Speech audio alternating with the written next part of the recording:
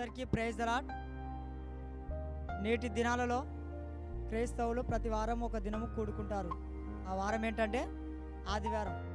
కానీ ఆదివారం ఆరాధిస్తున్నటువంటి వాళ్ళు ఎలా ఆరాధిస్తున్నారో వాక్యం ద్వారా మనం ఈ విధంగా తెలియపరచుకుందాం.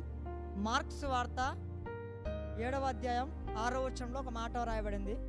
అందుకు ఆయన ఇలాగూ సెలవిచ్చాను, ఈ ప్రజలు పెదవులతో నన్ను గణపరచుదురు కానీ వారి హృదయం నాకు దూరంగా ఉన్నది.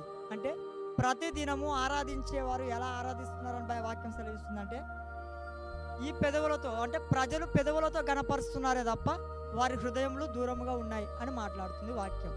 ఎందుకు వాళ్ళ హృదయాలు దూరంగా ఉన్నాయని మనం ఆలోచించగలిగితే లూకా సువార్త 12వ అధ్యాయం 34వ వచనంలో చూడాలి.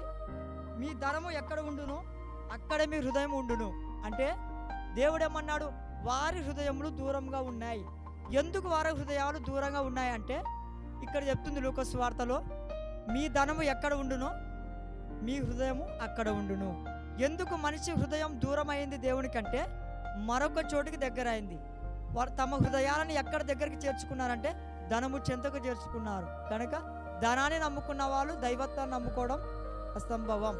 కనుక మీ ధనాన్ని మీరు విడిచిపెట్టి పూర్ణాత్మతో, పూర్ణ బలంతో, పూర్ణ శక్తితో దేవుణ్ణి గణపరచాలని ఈ యొక్క చిన్న వీడియో ద్వారా మీకు తెలియపరచుకుంటున్నాం. అందరికీ వందనాలు.